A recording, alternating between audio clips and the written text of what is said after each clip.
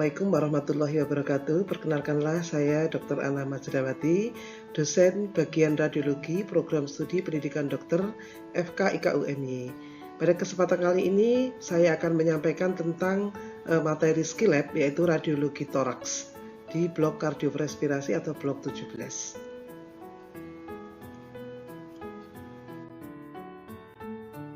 Kita mulai dari slide pertama, yaitu tujuan instruksional umum dari materi radiologi torak di blok ini. Yang pertama adalah mahasiswa mampu mengusulkan pemeriksaan radiologi torak sesuai dengan penyakitnya. Kemudian yang kedua dan ketiga adalah mahasiswa mampu menjelaskan dan menentukan diagnosis radiologi torak yang berkaitan dengan kelainan pada paru dan kelainan pada jantung dan vaskuler sesuai kompetensi yang terdapat di dalam SNPPDI atau Standar Nasional Program Pendidikan Dokter Indonesia.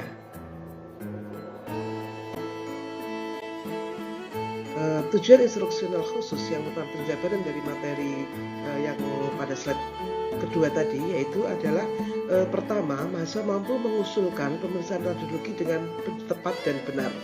Kemudian yang kedua terkait dengan kompetensi pada penyakit paru di bidang radiologi, yaitu penyakit bronkitis, emfisema paru, bronkiektasis, pneumonia dan bronkopneumonia, pneumotorak, hematotorak, fraktur kosta dan plaises, kemudian massa paru dan massa mediastinum, efusi pleura, udema paru, penyakit jantung berupa kardiomegali dengan komplikasinya yaitu kelainan pada vaskuler, yaitu adanya elongasio aorta, kalsifikasi arkus aorta atau aortosklerosis, dan adanya hipertensi pulmoner. Sebelumnya saya sampaikan bahwa materi TBC yang merupakan materi kompetensi 4 tidak akan disampaikan di blok ini karena materi itu sudah disampaikan di blok tahun keempat, yaitu blok tropical medicine.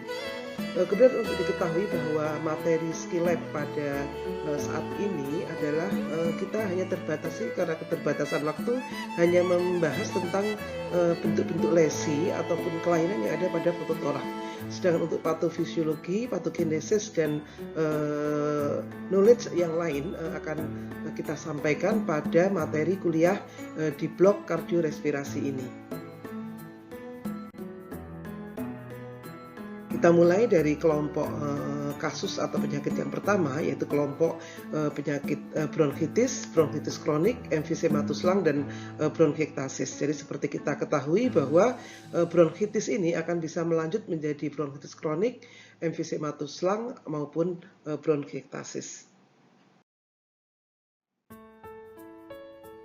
Jadi pada materi ini akan kita bedakan bronkitis akut dan bronkitis kronik, di mana kita bagi berdasarkan dua hal. Yang pertama adalah berdasarkan waktu terjadinya. Perbedaan antara bronkitis akut dan bronkitis kronik, pada bronkitis akut waktu terjadinya kurang dari 3 bulan, sedangkan bronkitis kronik waktu terjadinya lebih dari 3 bulan. Kemudian untuk kelainan pada radiologi yang membedakan, untuk bronkitis akut ini kadang-kadang kita tidak menemukan kelainan dari gambaran fototorak atau ronsen radiologi. Kadang-kadang kita lihat normal dan tidak ada kelainan.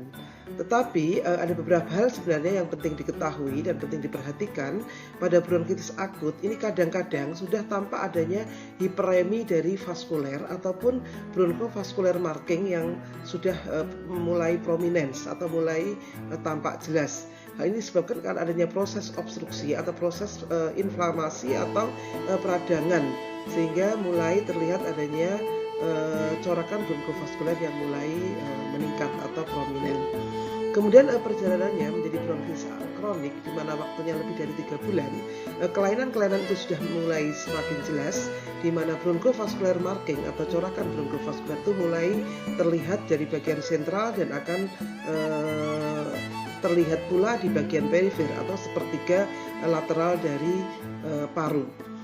Kemudian dalam proses perjalanannya kita juga akan melihat adanya mulai akibat adanya proses obstruksi yang kronik akan tampak adanya dada hiperinflasi atau hiperaerasi, dan sudah mulai adanya jantung bentuk pendulum atau teardrop.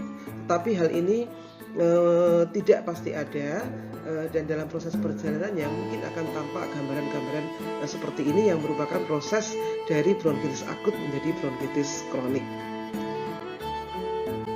Kemudian berikutnya adalah emfisema emfisema tulang, di mana emfisema tulang ini karena akibat proses obstruksi yang kronik pada daerah airway, sehingga banyak udara yang terjebak atau tidak bisa keluar dari parenkim paru atau di daerah alveolus, sehingga menyebabkan udara ini akan semakin terakumulasi banyak, sedangkan dinding dari alveoli ini mengalami kerusakan atau elastisitas yang menghilang, sehingga gambaran paru tampak lebih hiperlusen.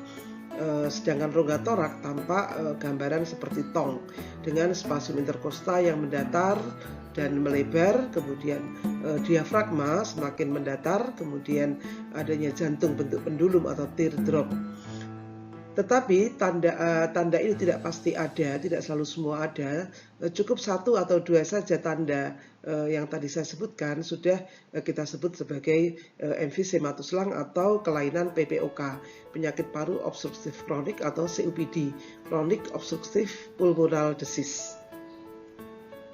Kemudian perjalanan dari bronkitis kronik bisa terjadi bronkiektasis, di mana proses infeksi atau peradangan ini di daerah bronkus atau airway, di mana terlihat di sini dinding bronkus menjadi tebal mengandung jaringan fibrosis, kemudian udara terjebak di dalam lumen bronkus ini, sehingga tampak lumen-lumen lusen dikelilingi oleh dinding yang berwarna putih dan terbentuk seperti cincin ektaksis atau disebut honeycomb appearance atau honeycombing.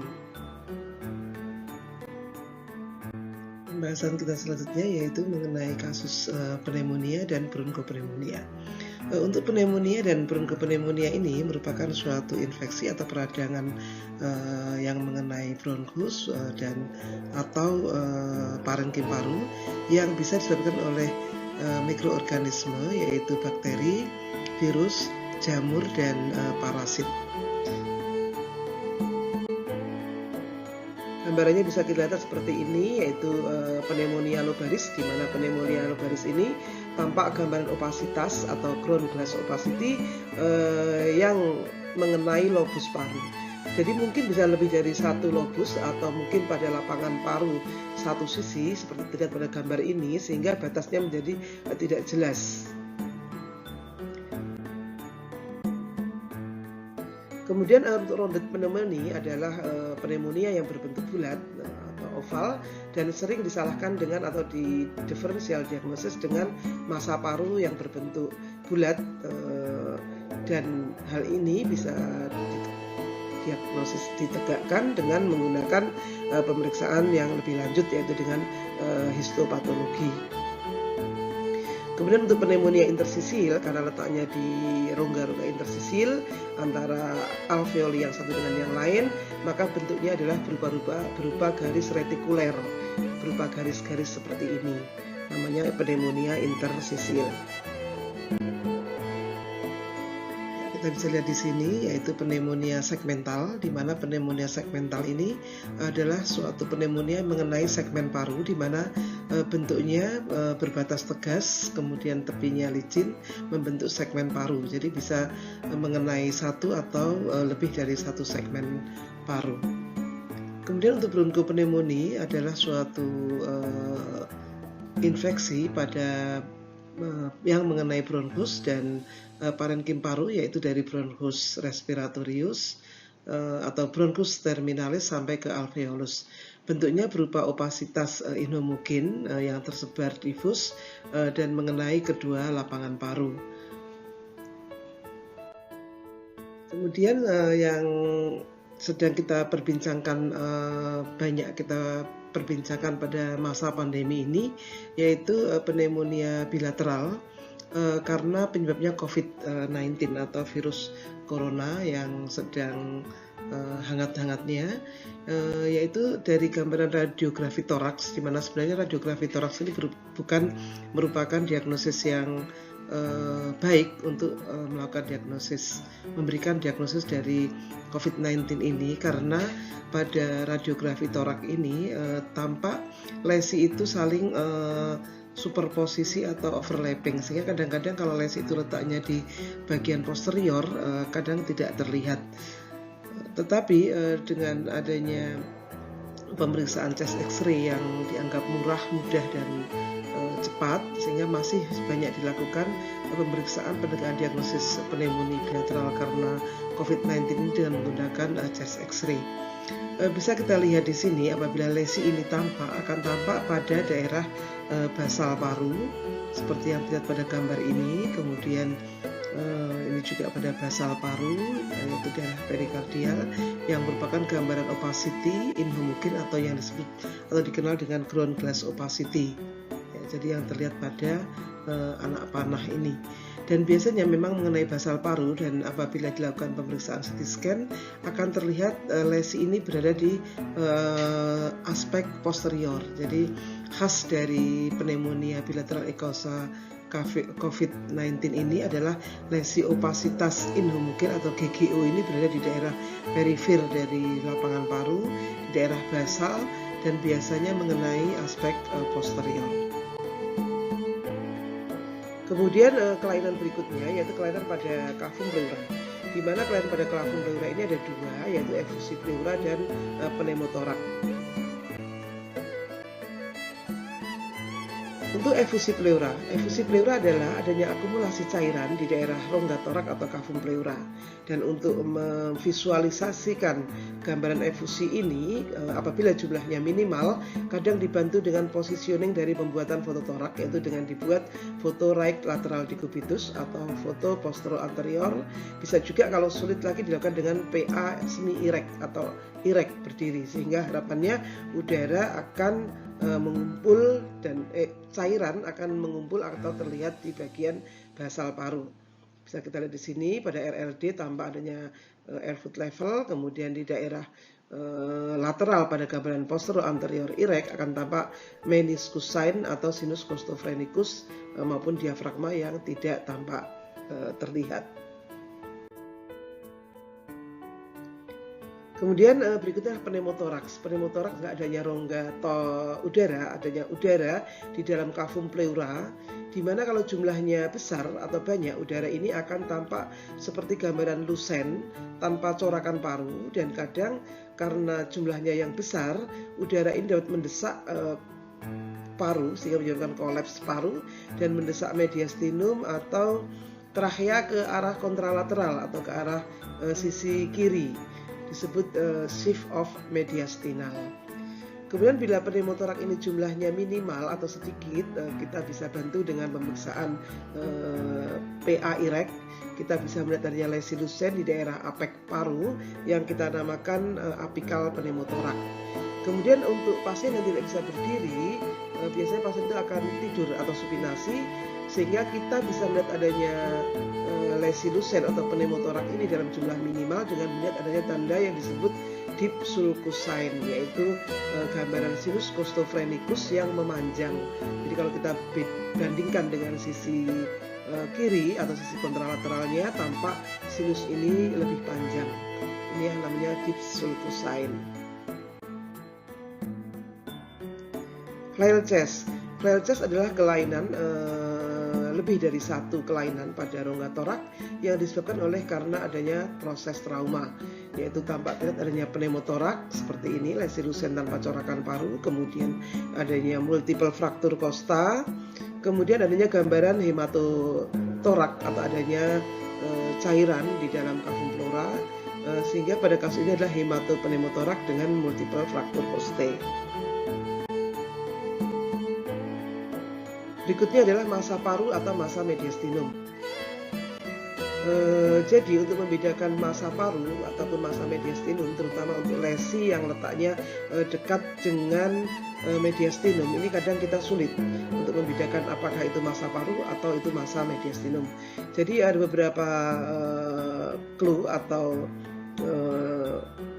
cara untuk melihat adanya atau untuk membedakan adanya massa paru atau massa mediastinum dengan melihat adanya sudut antara bagian gambaran opasitas atau konsolidasi yang menempel pada daerah mediastinum. Kalau sudut yang dibentuk ini lancip atau disebut acute angle, ini adalah massa paru. Sedangkan kalau pada masa mediastinum, kalau sudut yang dibentuk dengan mediastinum ini tumpul, ini disebut masa mediastinum. Dan kadang-kadang disertai dengan adanya pergeseran dari mediastinum atau pergeseran dari trachea di dalam rongga mediastinum.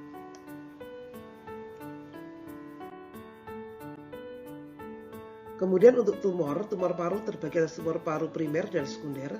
Di sini adalah tumor paru sekunder, di mana gambarannya bisa berbagai macam, dari mulai tipe noduler, bisa ada bila ada tanda-tanda nodul atau konsolidasi oval yang tersebar lebih dari satu di lapangan paru.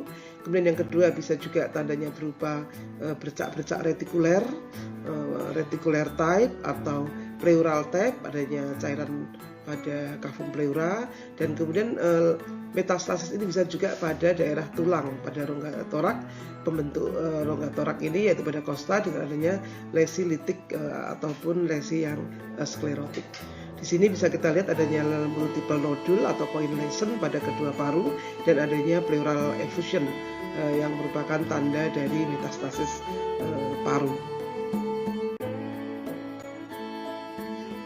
Kemudian berikutnya untuk kelainan pada jantung, yang paling penting, yang kompetensi bagi dokter umum, yaitu kita bisa menilai adanya pembesaran jantung, yaitu dengan mengukur kardiotoraksis rasio, yaitu adanya garis A dan B, di mana garis A ini kita tarik dari batas jantung yang paling kanan, kemudian ditarik ke linea mediana.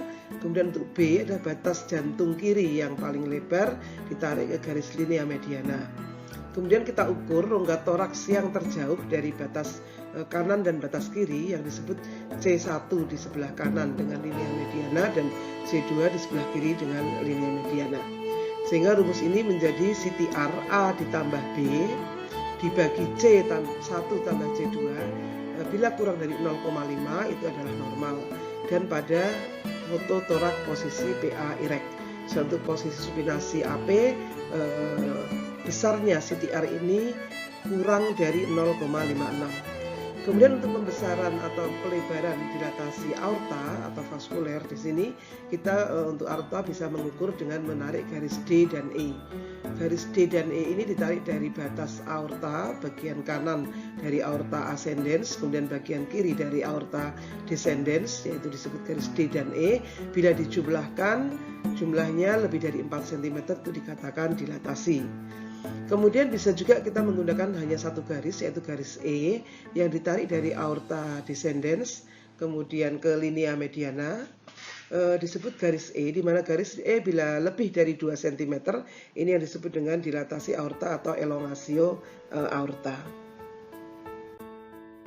Selanjutnya kelainan yang berikutnya yaitu kelainan pada vaskuler, yaitu hipertensi pulmonal, di mana kelainan ini terjadi akibat adanya kelainan atau proses obstruksi pada parenkim paru yang terjadi secara kronik. Ya, jadi di sini terlihat adanya kelainan pada vaskuler, yaitu di sini terlihat arteri pulmonalis yang mengalami dilatasi akibat adanya bendungan dari arteri pulmonalis yang keluar dari ventrikel kanan, terhambat oleh adanya penyakit paru obstruksi yang kronik. Kemudian di sebelah kanan tampak adanya konus pulmonalis yang menonjol, yaitu juga terjadi dilatasi arteri pulmonalis di sisi sebelah kanan, di mana terjadi akibat adanya obstruksi dari paru yang kronik. Kemudian kelainan berikutnya yaitu udem paru. Jadi udem paru ini adalah adanya akumulasi cairan di dalam paru yang bisa terjadi pada pembuluh darah, intersisil maupun bisa terjadi pada alveoli. Untuk udem paru kita bagi menjadi 3 stadium. Yang pertama adalah stage 1 atau stadium 1, yaitu stadium redistribusi atau sepalisasi. Di sini akan tampak adanya dilatasi dari vena pulmonalis akibat adanya bendungan darah dari ventrikel kiri yang tidak dapat atau terhambat untuk masuk ke dalam aorta, kemudian dia akan terjadi regurgitasi masuk ke dalam atrium kiri, dan kemudian akibat adanya penumpukan darah di dalam atrium kiri akan kembali ke vena pulmonalis dan terjadi dilatasi vena pulmonalis yang dikenal dengan adanya bentuk sepalisasi. Kemudian stadium yang kedua yaitu stadium interstisil udem, di mana setelah vena pulmonalis atau mengalami dilatasi, kemudian adanya tekanan hidrostatik yang meningkat sehingga cairan akan keluar masuk ke dalam jaringan interstisil, dan di sini akan tampak garis-garis retikuler karena cairan akan terakumulasi di dalam rongga-rongga interstisil. Di sini akan tampak adanya garis curly B-line yang terletak di daerah perifer basal dari paru yang berbentuk horizontal. Kemudian stadium yang ketiga yaitu stadium alveolar udem, di mana cairan setelah dia masuk ke jaringan rongga interstisil, dia akan masuk ke dalam rongga alveolus sehingga akan tampak gambaran opacity di dalam rongga alveolus, dan ini namanya stadium alveolar udem, di mana bentuknya adalah bat wing appearance atau cotton wool appearance. Ya, demikian penyakit-penyakit pada paru dan jantung yang sudah kami jelaskan. Kemudian untuk lembar penilaian atau checklist yang menunjukkan bahwa apakah sudah mendapatkan nilai yang lulus untuk tercapainya kompetensi di blok radiologi torak ini, yaitu dengan checklist yaitu lembar penilaian kelainan paru dan kardiofasa. Seperti kita lihat di sini, kita bisa menilai yang pertama adalah mahasiswa mampu memberikan penilaian terhadap posisi foto torak, yaitu mulai dari posisi AP atau PA atau lateral atau RLD, dan foto itu simetris atau tidak, kemudian inspirasinya cukup atau tidak, kondisinya keras atau cukup, itu dinilai semua di sini, di mana akan mendapatkan nilai skor 0, 1, 2, di mana untuk nilai skor 0 bila dia tidak bisa menyebutkan, yang skor 1 bila dia bisa menyebutkan tetapi ini masih salah, dan skor 2 bila dia menyebutkan dan betul. Kemudian poin yang kedua adalah mahasiswa mampu memberikan penilaian kelainan baik pada paru dan jantung, yaitu misalnya ada bronkitis dengan ditandai ada kelainan-kelainan seperti yang tersebut di bawah ini, begitu juga untuk pneumonia, bronkopneumonia, pneumotorak dan seterusnya seperti yang telah saya jelaskan tadi. Jadi di poin kedua ini mahasiswa mampu menilai kelainan-kelainan yang mereka lihat atau mereka dapatkan. Jadi sama ini lanjutan dari kelainan yang tadi. Kemudian untuk kelainan pada jantung dan vaskuler, kita mengikuti checklist ini. Yang pertama adalah kita bisa melihat peningkatan atau penilaian corakan dari vaskuler yang terutama di daerah sentral atau hilus meningkat atau berkurang. Kemudian yang berikutnya kita bisa menilai pembesaran jantung ada atau tidak, yaitu dengan melihat atau mengukur nilai kardiotoraksis rasio kurang dari 0,5 kalau posisi PA dan kurang dari 0,56 kalau posisinya supinasi. Kemudian yang keempat, mahasiswa mampu menilai kelainan pada jantung dan pembuluh darah, misalnya ada elongasi aorta atau aortic knob yang menonjol dengan mengukur garis D dan E seperti yang tadi saya jelaskan. Kemudian ada tidaknya kalsifikasi pada arkus aorta atau aortosklerosis, kemudian adanya kardiomegali. Kemudian yang kelima, mahasiswa mampu menilai atau menginterpretasi dari kelainan pada jantung tersebut. Ya. Kemudian selanjutnya dari checklist kelainan pada torak tadi, pada poin ketiga, mahasiswa mampu menilai sinus costophrenicus tumpul ataupun lancip. Jadi kita nilai berdasarkan atas kelainan-kelainan yang menyertai. Dan yang keempat, mahasiswa mampu menilai diafragma licin atau tidak, ada irregularitas, ada scalloping, diafragma yang elevasi, eventrasi, dan lain sebagainya. Kemudian yang kelima, mahasiswa mampu memberi penilaian sistema tulang dari tulang penyusun torak, kosta, dan vertebra torakalis. Dinilai ada fraktur atau tidak, ataupun ada kelainan lesi litik sklerotik, ataupun ada kelainan-kelainan yang lain. Kemudian yang keenam, mahasiswa mampu memberikan kesan atau diagnosis radiologi, dan tentunya adalah diagnosis yang sesuai dengan kompetensi penyakit-penyakit pada paru dan kardiovaskuler, sesuai dengan kompetensi menurut Standar Nasional Pendidikan Dokter Indonesia. Demikian materi radiologi torak yang sudah saya sampaikan. Terima kasih. Wassalamualaikum warahmatullahi wabarakatuh. Selamat belajar, semoga bermanfaat.